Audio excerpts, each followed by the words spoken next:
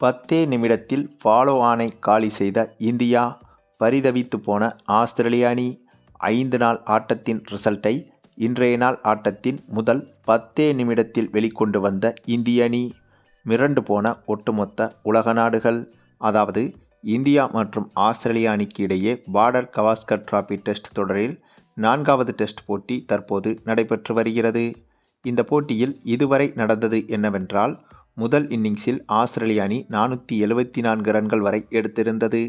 பின்னர் அதனை சேசிங் செய்ய களமிறங்கிய இந்திய அணி நேற்றைய தின ஆட்ட நேர முடிவில் 164 ரன்கள் வரை எடுத்திருந்தது. மேலும் 5 விக்கெட்டுகளையும் இழந்திருந்தது. அதிலும் தற்போது ரிஷப் பண்டும் ரவீந்திர ஜடேஜாவும் களத்தில் விளையாடி வருகின்றனர். இவர்களுக்கு பிறகு அடுத்த பேட்ஸ்மேன்கள் வரிசையில் நிதிஷ்குமார் ரெட்டி, வாஷிங்டன் சுந்தர் உள்ளிட்டோர் இருந்து வருகின்றனர். மேலும் பும்ராவும் கூட பேட்ஸ்மேன் என்றே சொல்லலாங்க. ஏனென்றால் கடந்த போட்டியில் இந்திய அணியின் தோல்வியை தவிர்த்ததே பும்ராவின் பேட்டிங் தான். ஆகவே ஜடேஜா, ரிஷப் பண்டுக்கு பிறகு இந்திய அணியின் இன்றைய பேட்டிங் வரிசையில் நிதிஷ்குமார் ரெட்டி, வாஷிங்டன் சுந்தருக்கு பிறகு பும்ராவையும் பேட்ஸ்மேனாக சேர்த்து விடலாம். மேலும் நேற்றைய தின ஆட்ட நேர முடிவில் இந்திய அணி 164 ரன்கள் வரை எடுத்திருந்தது.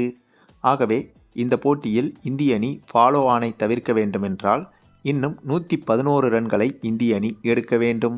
அதே சமயம் ஜடேஜா, ரிஷப் பண்ட், நிதிஷ்குமார் ரெட்டி, ரவீந்திர ஜடேஜா என 4 பேட்ஸ்மேன்கள் இந்திய அணியின் கைவசம் இருக்கின்றனர். ஆகவே கண்டிப்பாக இந்த 4 பேட்ஸ்மேன்களும் சேர்ந்து இன்னும் 111 ரன்கள் எடுப்பதற்கு வாய்ப்புகள் அதிகம். மேலும் இந்த போட்டி தொடங்கி இன்றுடன் 3வது நாள் ஆகிவிட்டது. ஆகவே பிச்சின் தன்மை என்பது இப்போது பேட்டிங்கிற்கு கொஞ்சம் சாதகமாகவே மாறியிருக்கும். ஆகையால் அந்த வகையில் பார்த்தாலும் கூட 4 பேட்ஸ்மேன்கள் கையில் இருக்கும்போது இன்னும் 111 ரன்கள் எடுப்பது என்பது இந்திய அணிக்கு எளிதான விஷயமாகவே பார்க்கப்படுகிறது. ஆகவே இந்த சூழ்நிலையில் இருந்து பார்த்தால் இந்த போட்டியில் கண்டிப்பாக ஆஸ்திரேலிய அணி வெற்றி பெறுவது என்பது மிகவும் கடினம். ஏனென்றால் இன்றைய தினம் இந்திய அணி ஃபாலோ ஆனை தவிர்த்துவிட்டால் கண்டிப்பாக 2வது இன்னிங்ஸில் ஆஸ்திரேலிய அணிதான் பேட்டிங் செய்ய களமிறங்க வேண்டும்.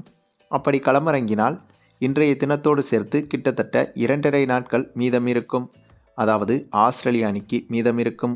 அப்படி 2.5 நாட்கள் மீதம் இருக்கும்போது குறைந்த ரன்கள் எடுத்து ஆஸ்திரேலிய அணியால் டிக்ளேர் செய்ய முடியாது.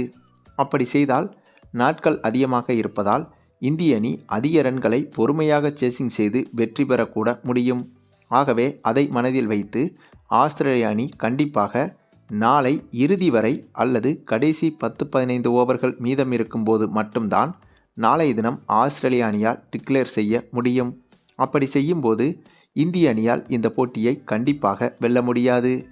ஆனால் கண்டிப்பாக ஒரு நாள் மட்டும் 10 விக்கெட்டுகளையும் இழக்காமல் இந்த போட்டியை டிரா செய்வதற்கு இந்திய அணியால் முடியும். ஆகவே கடைசி நாளான 5வது நாளில் முடிந்தவரை விக்கெட்டுகளை இழக்காமல் இந்த போட்டியை இந்திய அணி டிரா செய்ய முயற்சி செய்யும். இதனால் எப்படி பார்த்தாலும் இந்த போட்டியில் ஆஸ்திரேலியாவின் வெற்றி என்பது இப்போது மிகப்பெரிய கேள்விக்குறியாகத்தான் மாறியிருக்கிறது.